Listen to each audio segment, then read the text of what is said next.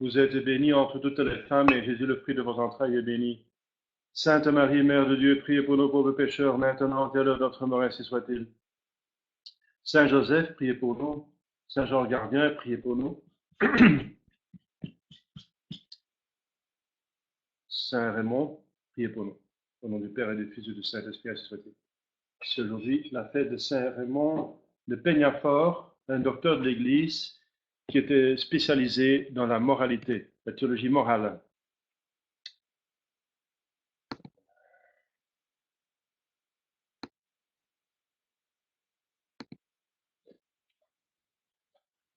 Voilà. J'ai mis ma barrette parce que quand le prêtre il prêche, il peut mettre la barrette. Alors, ah oui, il y a des personnes nouvelles, il me semble. Donc, je vais quand même retourner vers directement le chat pour vous mettre le lien de le lien du manuel qu'on va suivre. C'est Récit de théologie ascétique. Voilà, PDF. On trouve en PDF. Voilà, j'ai déjà ici. Il y a plusieurs lieux où on trouve. Je prends le premier venu. Voilà, ça va très bien. Je vous passe le lien de façon à ce que vous pouvez éventuellement suivre le texte. Je le mets ici dans le chat. Voilà. Donc c'est le lien où vous pouvez télécharger en PDF le manuel. Précis, théologie, ascétique et mystique par le père Adolphe Tanqueray de 1946. Donc avant le concile, bien sûr, avec 3 imprimatures et approbation des archevêques. Vous savez que pour tout écrit, selon la loi de l'Église, la loi sur les livres, les publications, l'évêque il est responsable et qu'il y a toujours, puisque le droit canon de 1917 vaut toujours, puisque celui de 83 a été fait par un antipape, Jean-Paul II, celui de 17 est toujours en vigueur. Il faut pour toute publication l'approbation de l'Église. Ça veut dire l'Église enseignante. L'Église enseignante, c'est l'évêque l'évêque, mais un évêque bien sûr qui n'est pas hérétique, ou celui qui est délégué. Moi, j'ai reçu personnellement une délégation de Monseigneur Morello pour vérifier donc les éditions, des gens qui veulent en faire, qui veulent profiter de cela. Et pour l'approbation des livres, donc en général, les livres avant le concile sont bons, mais il faut toujours, bien sûr, un imprimatur parce que ça peut venir de l'Académie française libérale. Donc, il faut une approbation, comme vous savez, approbation, où est marqué imprimatur et budgetur, imprimi potest. Ça veut dire toute la même chose, ça veut dire nickel obstat, ça veut dire il n'y a rien qui est contre la foi. Imprimatur, ça peut être imprimé, etc. Ou bien une préface faite par un évêque. Je parle toujours avant le concile. Donc ici, il y a tout. Il y a 3 imprimatures.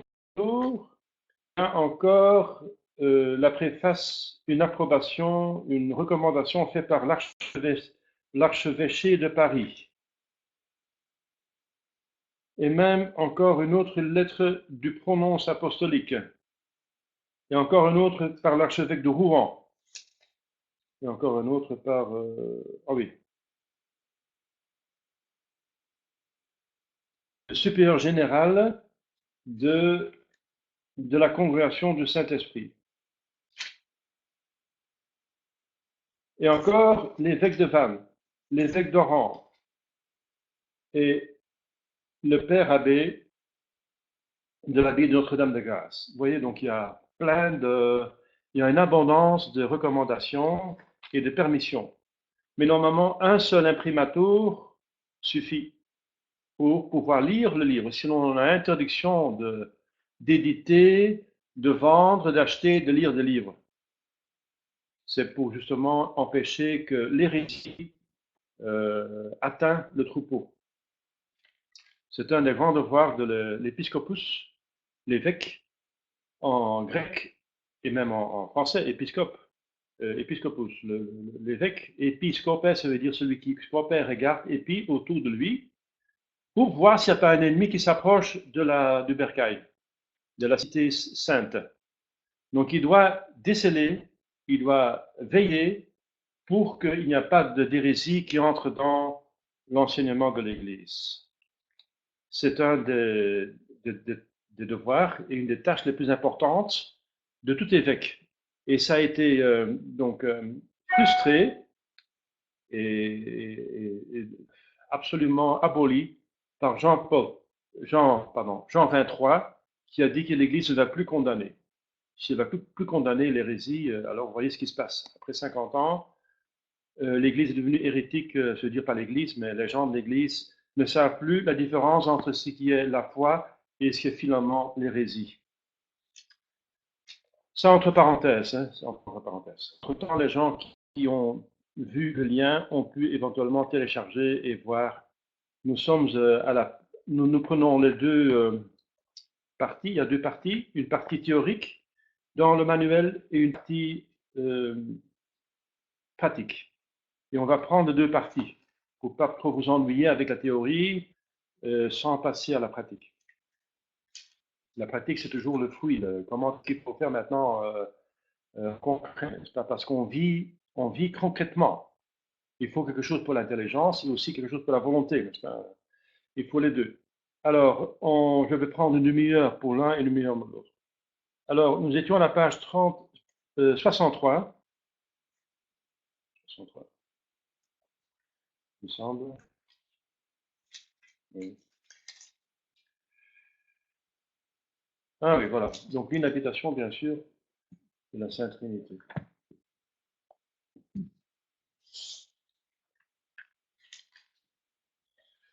L'inhabitation de la Sainte Trinité. Donc, je passe au grand écran pour avoir une meilleure enregistrement. Voilà.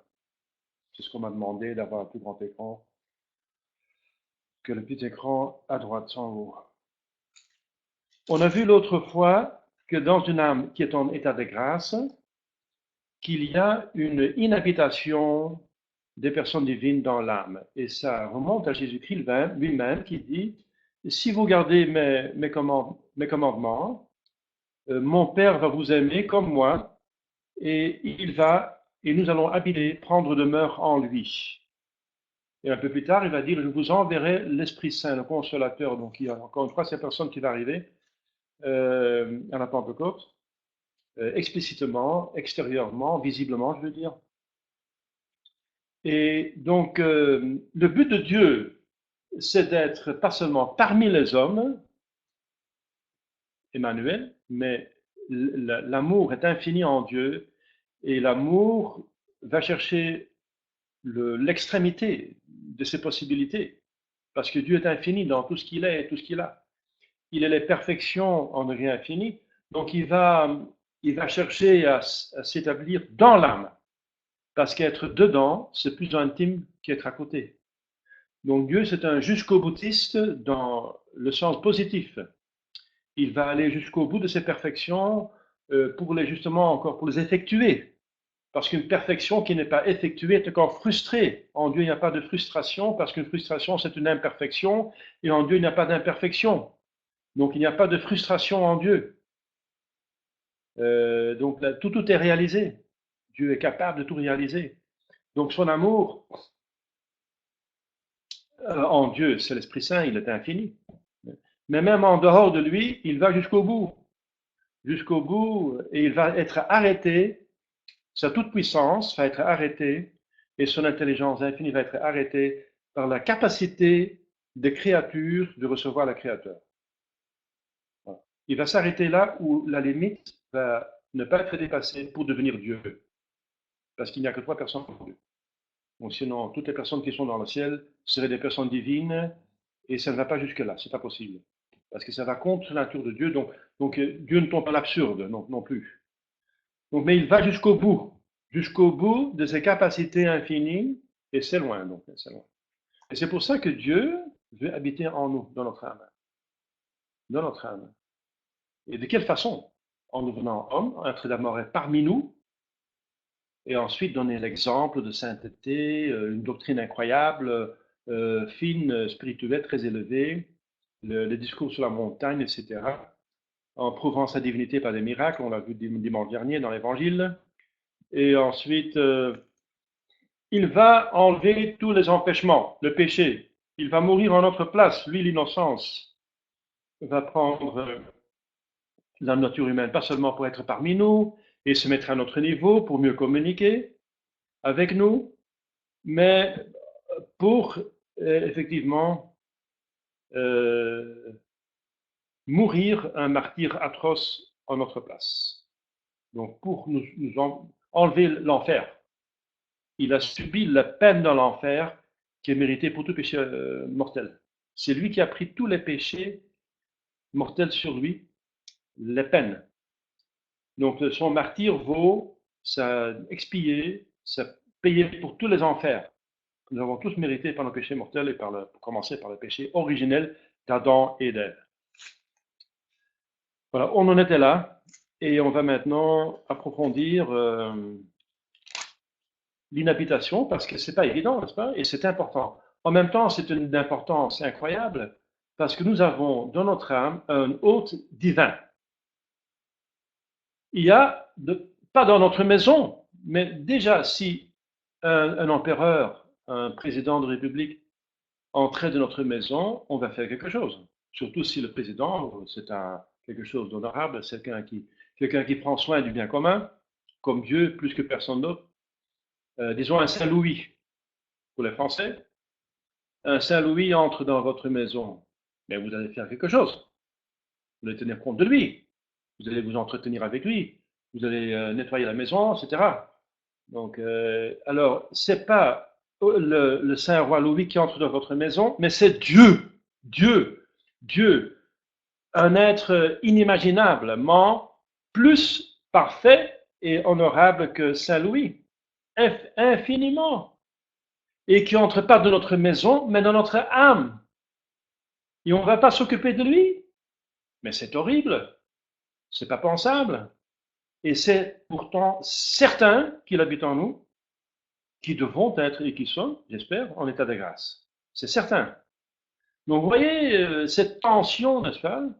Cette tension de il faut, il convient, et de ce qui en est en pratique. Est-ce qu'en pratique, on s'entretient avec ces 3 personnes qui sont en nous? C'est pour ça que Tanqueray, il insiste parce que c'est très important, cette inhabitation des 3 personnes, on n'en parle pas assez. On a vu qu'il y a effectivement les 3 personnes qui sont en nous, n'est-ce pas? Alors, il parle d'abord de Dieu le Père, ensuite de Dieu le Fils et de Dieu le Saint-Esprit, qui sont en nous comme ils sont en Dieu, puisque Dieu est là, alors Dieu reste soi-même. Donc, en nous, le Père va continuer à engendrer le Fils, et en nous, puisque Dieu est en nous et Dieu reste Dieu, Dieu est Trinité. En nous, le Père et le Fils font spirer, souffler le Saint-Esprit. En nous, ça se passe en notre âme, comme ça se passe en Dieu, puisqu'il est en nous alors. C'est logique. Il faut en tenir compte. Donc, c'est le rôle de la Sainte Trinité dans notre sanctification. C'est la réalité de l'inhabitation de la Sainte Trinité dans notre âme. Donc, on a vu comment les divines personnes habitent en nous. On a vu dans l'ordre de la nature déjà. Sans la surnature, déjà Dieu est là. On a vu ça. Et alors, on a vu dans l'ordre de la surnature, donc par la grâce, il se donne comme un ami et un père. Alors, voilà. Maintenant, je reprends le fil. Je fais cette introduction assez développée pour les nouveaux venus. Et pour les autres, c'est une bonne répétition. Alors, Dieu, en notre âme, comme je viens de dire, je prends le texte, c'est numéro 96, donc 99 pour les Belges, 96, page 64. Dieu ne reste pas oisif dans notre âme. Il y agit comme le plus puissant des collaborateurs. Il collabore à quoi? Bien, eh bien, à notre sanctification, bien sûr. Parce qu'il s'agit de cela. Nous sommes sur terre pour aller au ciel. C'est une question du catéchisme. Pourquoi nous sommes sur terre? Pour connaître Dieu, l'aimer, le servir et pour le jouir éternellement dans le ciel en faisant cela. Et il va collaborer à cela, bien sûr. Par la grâce, ça s'appelle la grâce. Sachant bien que de nous-mêmes, nous ne pouvons cultiver cette vie surnaturelle qu'il met en nous. Nous ne pouvons, nous-mêmes, pas le faire parce que c'est surnature, c'est au-dessus de notre nature, nos capacités naturelles. Il supplée à notre impuissance en collaborant avec nous par la grâce actuelle. En collaborant parce que justement, on va au ciel avec notre volonté libre. Hein. Il faut paix à tout homme de bonne volonté, disait Jésus quand il venait sur terre pour sauver les hommes. Paix à tout homme de bonne volonté. Parce que l'amour doit venir de deux côtés. Dieu fait le premier pas et nous devons répondre. Le premier pas de Dieu, c'est la grâce. Et ça ne va pas être le dernier, parce qu'il va nous aider jusqu'au bout. Et de notre côté, il faut la bonne volonté. Aimer Dieu avec toutes ses forces. Donc, faire tout ce qu'on peut pour répondre à cet amour infini. Voilà. Donc, c'est le principe que vous connaissez déjà, qu'on va au ciel avec deux éléments, la grâce et la bonne volonté. La bonne volonté est aidée par la grâce. Et la grâce fait le travail, mais la condition, c'est d'être de bonne volonté. Donc, on fait tout ce qu'on peut, et alors c'est le bon Dieu qui va faire le travail en nous, la divinisation. Alors, mais la grâce ne va pas faire le travail si nous ne sommes pas de bonne volonté. Paix aux hommes, paix avec Dieu, bien sûr, avec Dieu, de bonne volonté. Voilà. Il va suppléer à notre impuissance d'aller au ciel de nos propres moyens en collaborant avec nous par la grâce, et surtout la grâce actuelle, la grâce d'agir actuelle, ça veut dire la grâce de l'acte, de pouvoir agir ici et maintenant comme il faut, selon la volonté de Dieu. Parce que agir selon la volonté de Dieu, c'est une preuve d'amour que nous l'aimons. Et une fois que l'amour est prouvé, nous allons entrer dans la Sainte Trinité, dans une situation d'amour éternel. Vision béatifique, possession de Dieu et fruition de Dieu.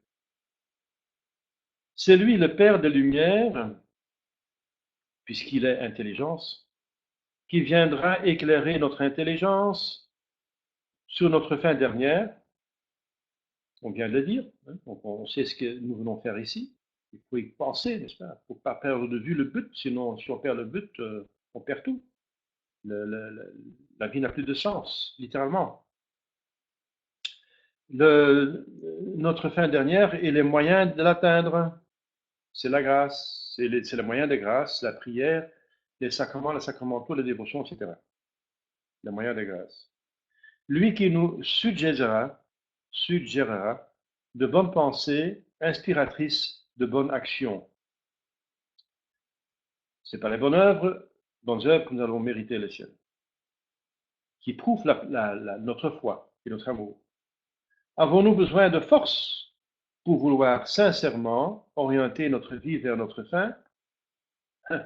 Bien sûr, parce qu'au cours de mon exposé jusqu'à présent, il y a certainement des personnes d'entre vous qui ont dit, mais oui, mais c'est facile de dire, mais encore faut-il le faire. Donc il manque effectivement, nous manquons de force. Eh bien, la force, on peut la demander. Avons-nous besoin de force pour vouloir sincèrement orienter notre vie vers notre fin, pour le vouloir énergiquement et constamment, autant que c'est possible, avec nos possibilités et impossibilités, mais on fait tout ce qu'on peut, alors on fait ce qu'on doit. Le bon Dieu ne demande pas plus que nous faisons tout ce qu'on peut. Il ne demande pas des résultats comme le monde demande des résultats. Dieu ne demande pas des résultats, il demande que nous faisons tout ce que nous pouvons, même s'il y a très peu de résultats. Dès que nous avons fait tout ce que nous pouvons, nous sommes dans une perfection relative. Pas absolue, bien sûr. La perfection absolue, c'est Dieu.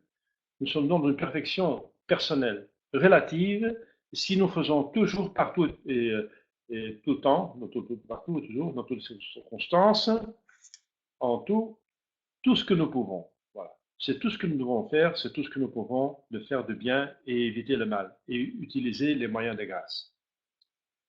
C'est tout ce que nous devons faire de notre part. Et à la fin, nous aurons le ciel et entre-temps, nous aurons déjà une vie heureuse parce qu'avec le Christ.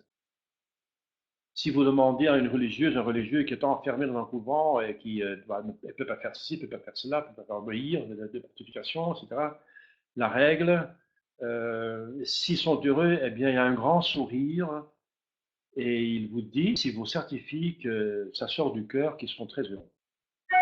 Parce qu'ils ont les consolations divines. On reçoit déjà des consolations divines sur terre qui sont parfois des avant-goûts du ciel pour nous donner les forces pour continuer. Donc nous avons déjà une vie heureuse, profondément heureuse. Ce n'est pas le luxe du corps, c'est la consolation de l'âme. Voyez. Donc parfois on n'a pas assez d'argent, mais on aura assez pour vivre convenablement. Parce que l'argent, c'est fait pour tous les biens qui servent pour le corps. Et le corps s'arrête au tombeau. Donc il faut vivre pour l'âme, pour ce qui est éternel. L'âme, avec son intelligence, mémoire, volonté et les bonnes œuvres.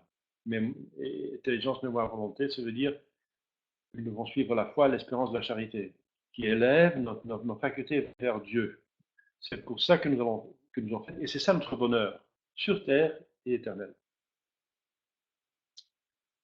Voilà, donc je reprends la phrase, c'est lui, Dieu, qui nous donnera ce concours surnaturel qui nous permet de vouloir et d'accomplir nos résolutions, même de les vouloir.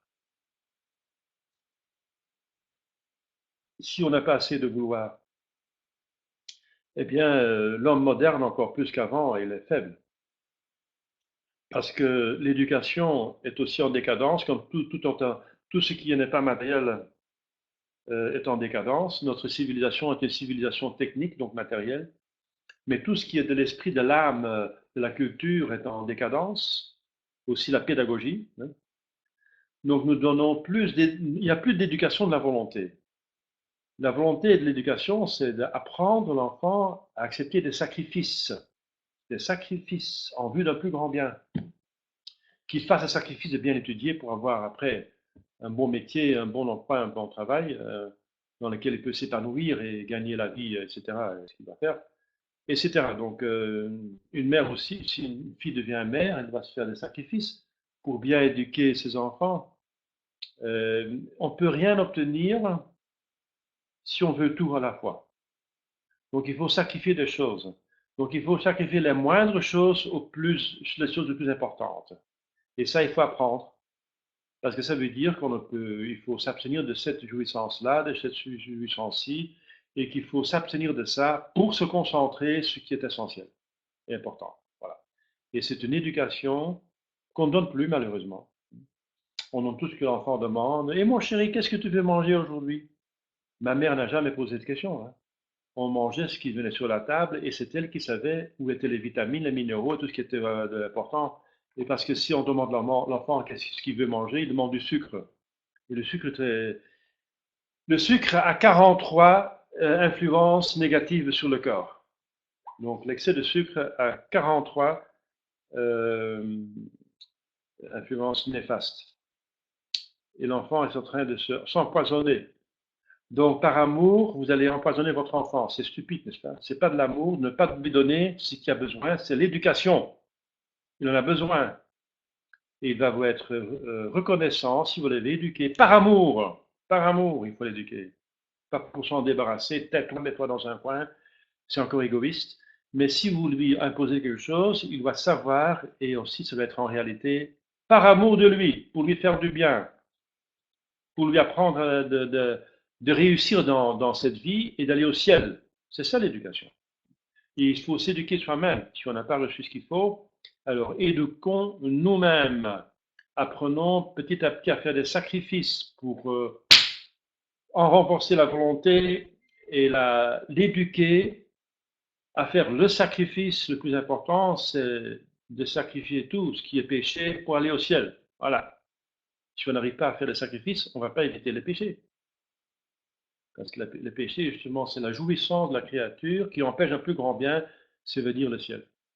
C'est une définition de péché. Donc c'est encore diabolique de ne pas apprendre à votre volonté ou à vos enfants de faire des sacrifices. C'est diabolique, c'est les renvoyer en enfer. Si vous ne faites pas pénitence, dit Jésus, vous allez tous périr.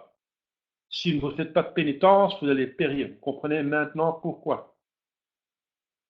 Alors, parce qu'il faut faire un choix. Et le choix, ça montre, ça, c'est la preuve de l'amour de Dieu.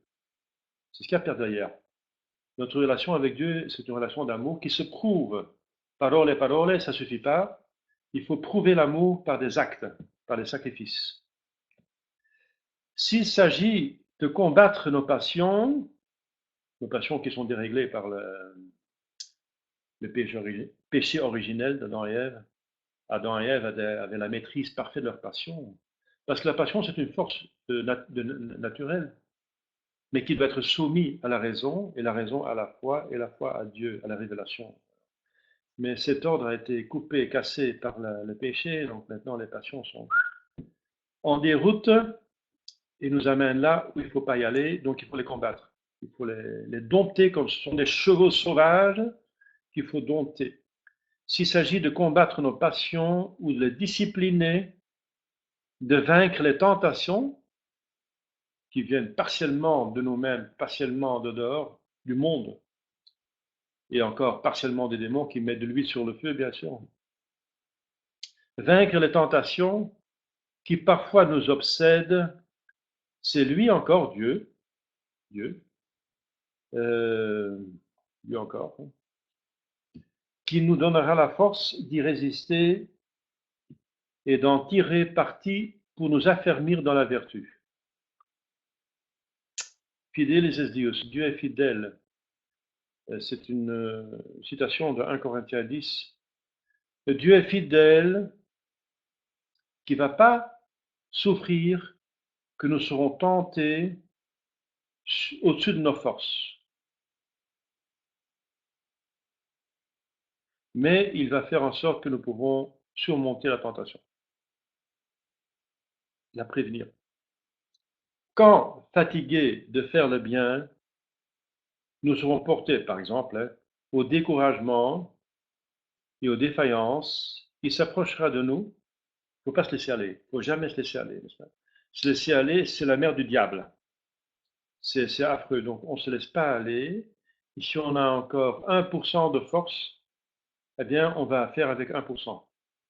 On ne va pas dire ça vaut plus la peine, donc je le mets aller. Non, parce que si vous faites avec 1% de force, il vous reste 1% de force et vous faites tout ce que vous pouvez avec 1% de force, vous êtes dans une perfection relative parce que vous faites tout ce que vous pouvez.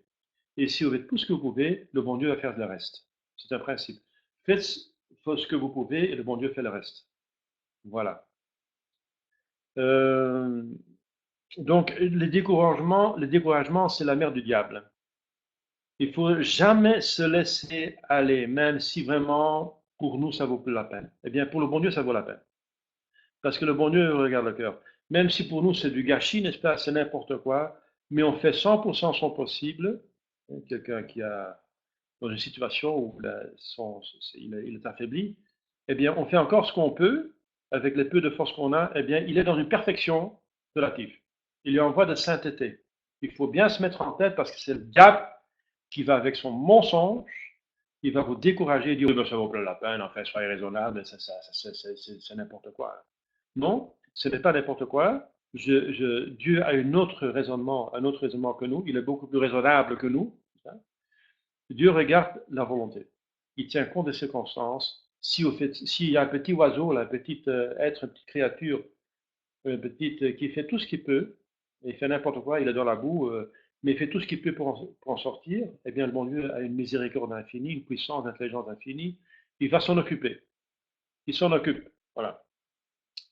Donc, il ne faut jamais se laisser aller. C'est très important.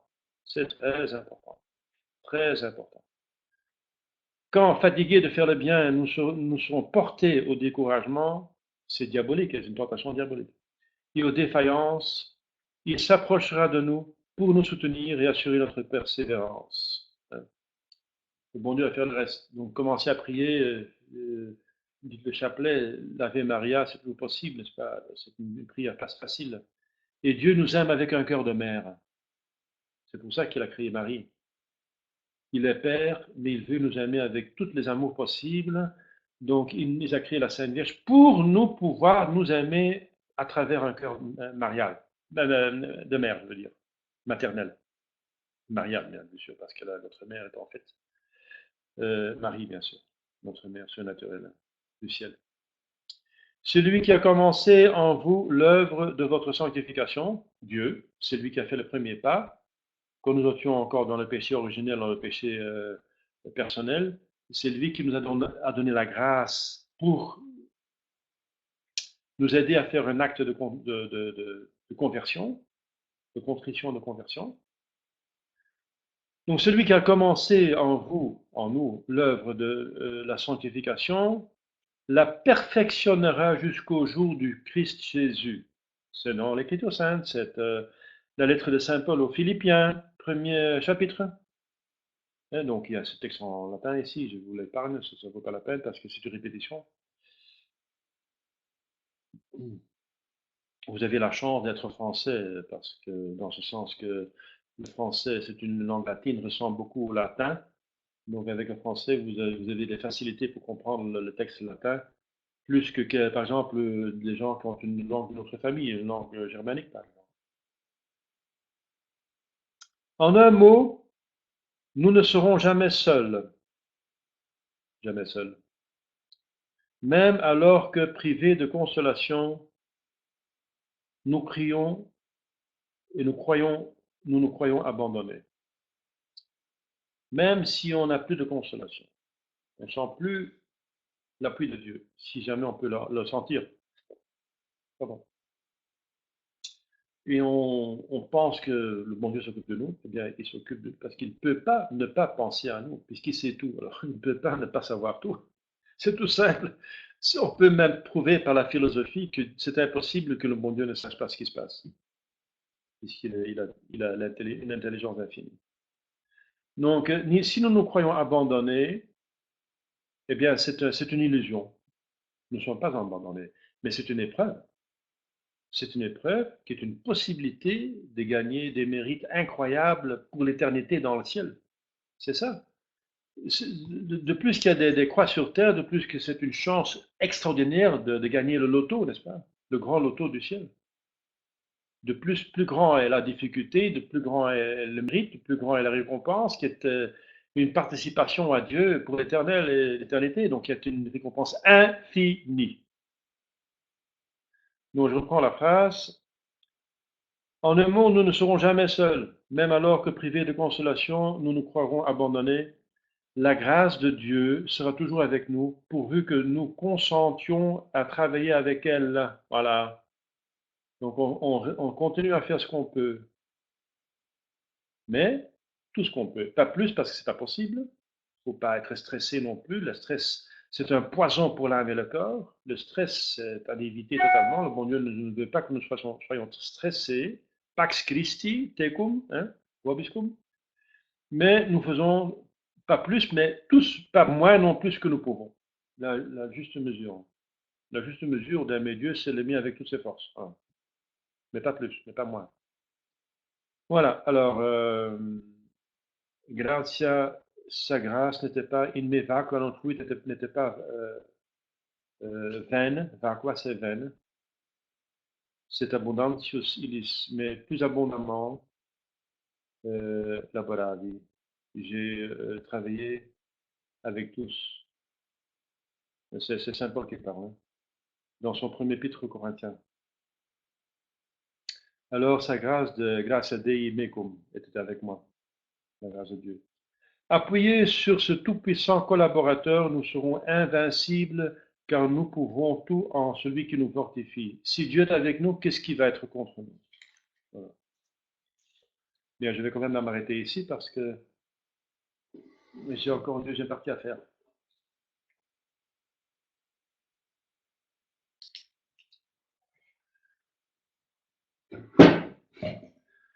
Voilà, je prends un crayon pour marquer où nous sommes arrivés.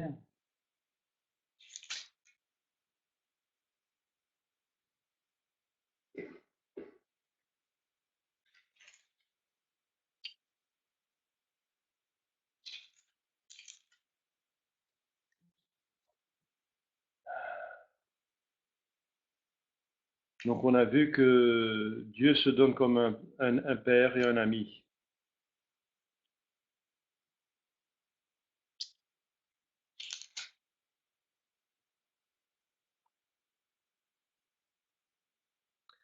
Alors vous pouvez poser des questions. Je vais mettre la possibilité de poser des questions.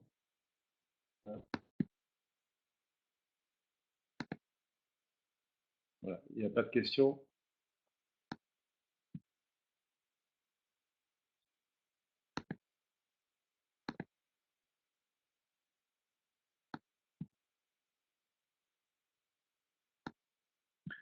Vous avez à gauche en bas, comme vous savez, donc, la possibilité de chat. Olivier est en train d'écrire quelque chose. Ah, d'accord, tant mieux. C'est bien. Ça veut dire que tout est compris. Alors, on passe à la deuxième partie.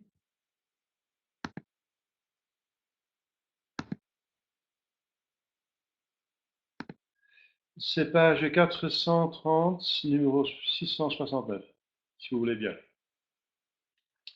Alors, on a vu qu'il faut prier, et on a vu plusieurs sortes de prières, et on s'est arrêté à la méditation.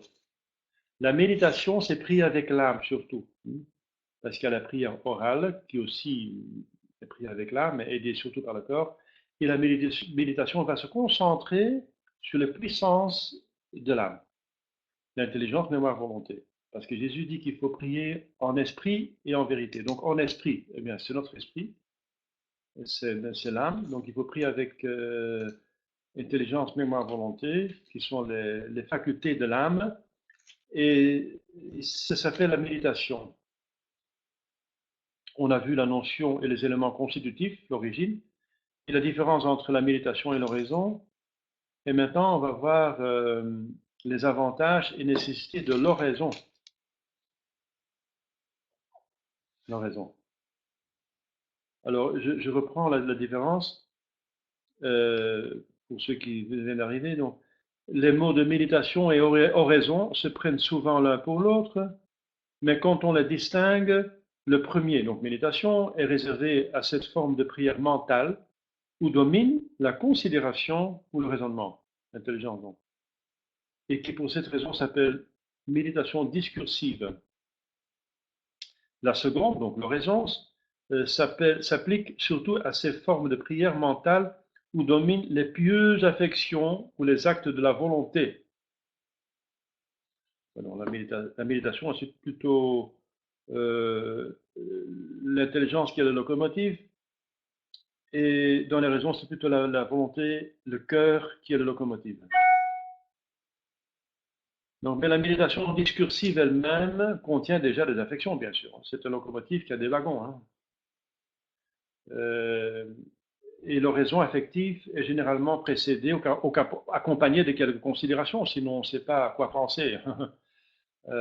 Qui aimer, donc il faut savoir qui on aime. Donc il faut quand même un minimum de savoir. Rien n'est voulu si ce n'est pas connu en avance. Mais il y a une prépondérance, un accent. Voilà. Alors, l'avantage et la nécessité de l'oraison, parce que puisque l'amour est le plus important, c'est 1 Corinthiens 13, l'amour c'est le plus important dans notre vie, l'amour de Dieu, parce que c'est l'amour de Dieu qui va décider du ciel ou de l'enfer. S'il y a pas assez d'amour, s'il y a de la haine, c'est l'enfer. S'il y a de l'amour, c'est le ciel. Et la quantité de l'amour, la qualité de l'amour, l'intensité de l'amour va décider comment va être notre ciel, où va être la place dans le ciel, plus ou moins près de Dieu. Parce que de plus qu'il y a d'amour, de plus qu'il y a intimité. Dieu est infini. Donc, où est-ce qu'on va être, en Dieu? La Sainte Vierge va être plus en Dieu que nous, mais nous allons être en Dieu le plus loin possible. Et c'est l'amour qui unit. Donc, l'amour va faire en sorte que nous allons au ciel et où nous allons être dans le ciel. Donc, l'amour est le plus important. Et tout le reste, c'est le cortège. La foi, l'espérance, les vertus morales, les dons du Saint-Esprit. Et toutes les créatures sont des moyens pour aller au ciel. Alors, mais la carte d'entrée, c'est l'amour. Et sur la carte d'entrée, il y a marqué le numéro, quel siège vous allez recevoir. La méditation, telle que nous l'avons décrite, est très utile au salut et à la perfection. Et nous détache du péché et de ses causes. Donc, méditer et faire oraison est très utile. Si nous péchons, en effet, et qu'est-ce qui ne pêche pas malheureusement? On peut espérer qu'il n'y a plus de péchés mortels, mais en tout cas, alors il y a des péchés plus véniels, plus ou moins nombreux. Et si nous péchons, en effet, c'est par irréflexion et faiblesse de volonté souvent. Irréflexion et faiblesse de volonté. Eh bien, justement, la méditation va renforcer la pensée de Dieu et la faiblesse de la volonté va être renforcée par l'oraison qui va enflammer, qui va renforcer l'amour de Dieu. La méditation corrige donc ce double défaut et nous éclaire, en effet, premièrement, sur la malice du péché. Le péché a quelque chose d'infini, parce qu'il va léser une majesté infinie, c'est Dieu, les péchés mortels en tout cas, et il va empêcher un bien infini, ça veut dire le ciel qui est une participation à Dieu qui est infini, une participation infinie à quelque chose, à quelqu'un d'infini. Et le péché va nous donner, le péché mortel en tout cas, qui n'est pas remis, donne l'enfer, qui a encore une durée infinie. Donc, et l'infini, c'est pas très clair dans notre intelligence. On peut dire, mais on ne peut pas le penser clairement. Confusément, oui, mais pas clairement. Mais pour comprendre le poids de la chose, ben c'est important de savoir qui est Dieu et qu'est-ce que c'est le ciel, qu'est-ce que c'est le péché, qu'est-ce que c'est l'enfer. Il faut savoir, parce que c'est justement, c'est notre éternité qui dépend de notre attitude envers ces choses-là. Alors, il faut méditer, voilà. Il faut penser profondément à cela pour mieux comprendre, et du mieux comprendre la malice du péché, du moins qu'on va être motivé pour le faire. C'est évident. Vous voyez?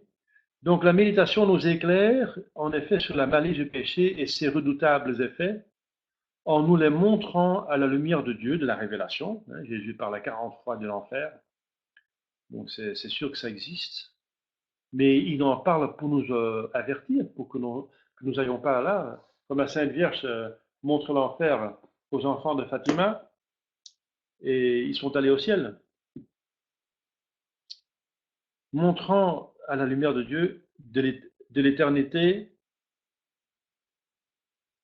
et de ce qu'a fait Jésus pour expier le péché.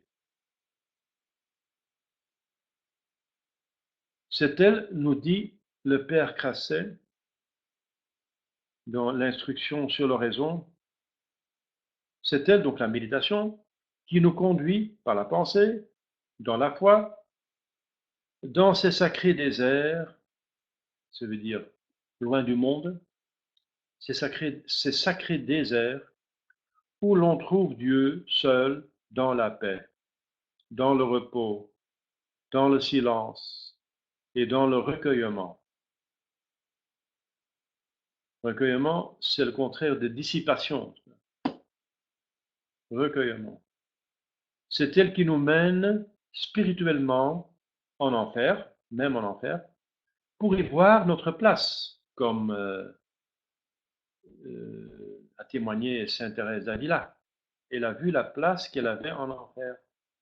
Et c'est une des motivations qu'elle a eues pour ne jamais pécher, pour faire être très fervente et ne plus se plaindre de plus aucune croix qu'elle avait sur la terre. Dès qu'elle a vu la place qu'elle avait, que le diable préparait pour elle en enfer. Elle nous amène au cimetière pour y voir notre demeure, pour nous avertir que le corps va s'arrêter à exister et l'âme pas. Donc il faut vivre pour l'âme. Et c'est l'état de l'âme qui va décider de la résurrection du corps. Si vous aimez votre corps, soignez votre âme. Parce que si votre âme est glorieuse, votre corps va ressusciter glorieusement. Si votre âme est damnée, votre corps va ressusciter pour l'enfer. Donc en tout cas, il faut aimer, il faut s'occuper de l'âme, même si vous voulez vous occuper du corps. Et notre âme est plus importante. Donc on va au cimetière, pas pour être lugubre, pas qu'on est sataniste pour faire n'importe quoi, mais pour justement être confronté avec cette réalité que cette vie sur Terre va se terminer un jour pour tout le monde. Il n'y a personne qui échappe à la mort. Il n'y a personne qui jamais a échappé à la mort. Même Jésus est mort, même Marie est morte, après le troisième jour ressuscité, bien sûr, mais quand même mort. Même Enoch et Élie, qui sont allés au ciel directement, ce n'était pas le troisième ciel, c'est le premier ciel, le deuxième ciel. Ils vont revenir sur terre à la fin des temps pour mourir le martyr. Donc il n'y a aucune exception, tout le monde va mourir. Et je pense que c'est parce que Dieu a dit à Adam et Ève, si vous mangez de ce fruit, de connaissance du mal et du bien, vous allez mourir. Et le diable dit, mais non, vous n'allez pas mourir, mais non, vous n'allez pas mourir. Donc Dieu est tenu à soi-même, à sa véracité, de tenir sa parole. On a péché, donc on meurt. Mais puisqu'il est un bon père, il a organisé la résurrection et le ciel, bien sûr, la rédemption. Mais nous allons tous mourir. Celui qui dit qu'il ne va pas mourir, c'est un fou. Même si c'est la fin des temps, tout le monde va mourir à la fin des temps. Et tout le monde va ressusciter. Et alors, il y aura le jugement dernier. Mais tout le monde va mourir. Il n'y a aucune exception. Et la mort, c'est la séparation du corps et de l'âme. Donc, il faut méditer là-dessus. Moi, j'en parle maintenant quelques minutes. Et ça, c'est salvifique. C'est pas parce que nous sommes lugubres, mais justement pour nous obliger de penser au ciel, à notre but. Donc, la méditation nous mène au cimetière, dit le père Crasset, pour y voir notre demeure, enfin, la demeure de notre corps, pas de notre âme, hein, la demeure, enfin, façon de parler. Elle va nous amener au ciel pour y voir notre trône que Dieu a préparé. Il a préparé une place. Comme le diable prépare aussi une place dans l'enfer, eh bien, le bon Dieu prépare une place dans le ciel. Et c'est nous qui choisissons. C'est nous, avec notre volonté libre, nous allons collaborer avec la grâce pour aller au ciel, ou bien nous allons refuser la grâce et pécher et aller en enfer. Et nous amène à la vallée de Josaphat, c'est la vallée tout près de Jérusalem, pour y voir notre juge. C'est dans l'Écriture sainte que le jugement dernier, général, va se faire dans la vallée de Josaphat. Et nous amène donc à Bethléem pour y voir notre Sauveur, qui est notre Sauveur, et comment il se présente. Il se présente d'une manière absolument aimable. Qu'est-ce qui est plus aimable qu'un petit enfant qui vient de naître? Bien parce qu'il veut gagner nos cœurs. Il vient par amour, pour gagner notre amour et nous amener au ciel. C'est magnifique. Pour y voir notre Sauveur, il nous mène au Tabor, là où il était transfiguré. Sa divinité apparaissait à travers son humanité. Pour y voir notre amour, au Tabor, puisqu'on voit sa divinité, on va automatiquement aimer, parce que Dieu est infiniment aimabilité. Saint Pierre disait, construisons 3 tentes ici, parce que je me sens bien ici, je suis heureux. Il va nous amener, la méditation par exemple, la méditation va nous amener au calvaire pour y voir notre exemple. et l'amour, la preuve de l'amour de Dieu. L'amour se prouve par les actes, eh bien, Jésus, plus qu'un autre, a prouvé son amour pour nous en mourant pour nous. La méditation nous détache du monde et de ses faux plaisirs, le monde en tant que structure des hommes qui organisent le péché. Et de ces faux plaisirs, parce que ces plaisirs empêchent le plaisir du ciel. Ce sont des plaisirs qui, euh, qui mènent au péché mortel et qui empêchent le plus grand bien pour lequel nous sommes créés.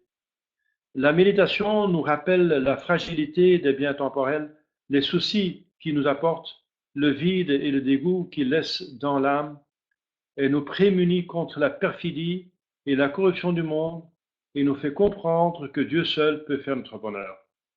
Le diable fait le contraire, il ne veut pas qu'on médite, il fait du bruit. Du matin au soir, il fait du bruit. Il y a la radio, la télévision, il y a le portable, il y a tout pour nous distraire. Il y a la télévision dans certains pays, dans toutes les pièces de la maison, même dans la toilette, dans la salle de bain. En Amérique, dans plusieurs maisons, c'est comme ça, hein, malheureusement. Hein.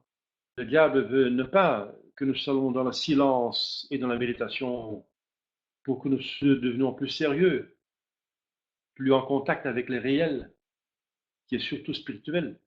La réalité la plus importante et spirituelle, c'est Dieu, c'est notre âme, c'est le ciel, c'est la vertu, c'est l'amour, c'est la fidélité. C'est beaucoup plus important que la matière.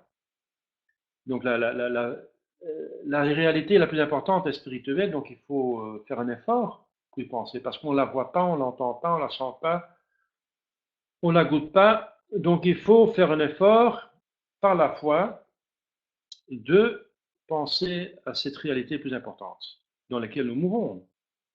Nous mourons là-dedans, ou bien on est en état de grâce, ou bien on est en état de péché mortel, il n'y a pas de vide, ça n'existe pas.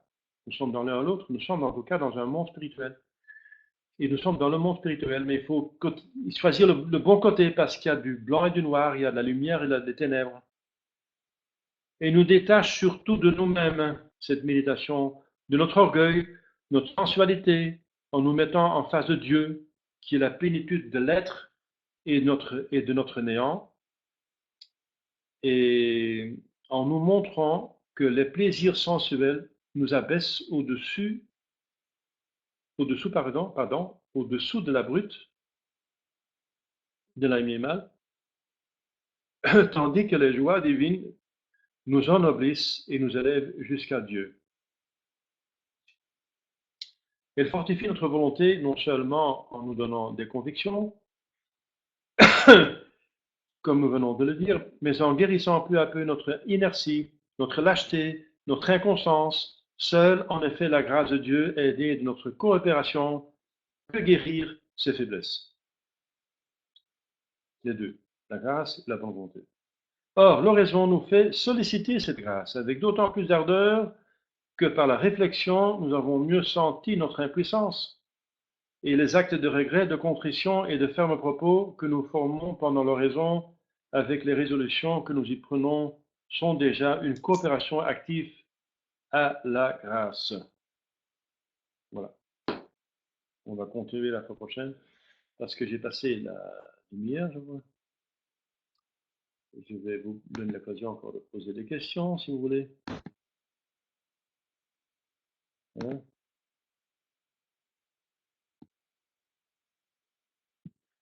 Voilà, donc, il n'y a pas de questions, tout est clair. Méditez dessus, hein. Ce que vous faites maintenant, c'est méditer. C'est quoi c'est méditer? La définition la plus courte, c'est penser à Dieu et aux choses de Dieu. J'espère que vous avez bien suivi le cours. Alors, vous avez pensé, et c'est déjà une amorce de méditation. C'est bien. Voilà, donc s'il n'y a pas de questions, Olivier encore, voilà, avec plaisir. Donc, je mets les cours sur Internet. Je vais faire un effort pour essayer de mettre un cours de catéchisme sur Internet. Il y a déjà des cours de philosophie, de spiritualité, les sermons, et je vais essayer de faire maintenant aussi un cours de catéchisme. Je ne vais pas le mettre comme ça en ligne directement avec vous, mais je vais l'enregistrer et le mettre. Je vais faire un effort pour. Je vais trouver du temps entre les occupations. Voilà, je vais essayer de faire le cours de catéchisme, de le mettre en vidéo en ligne, parce que je vois que c'est visité. Je vois qu'il y a des cours qui sont plus visités, plus regardés, plus appréciés que les autres, des autres. Je vois que la spiritualité est bien euh, écoutée, suivie, mais aussi les catéchismes. Voilà, eh bien, c'est avec plaisir. Priez pour moi, n'est-ce pas, pour que je persévère, que j'arrive à la perfection pour laquelle le bon Dieu m'a créé et vice-versa, hein. Voilà. Merci beaucoup. À la prochaine.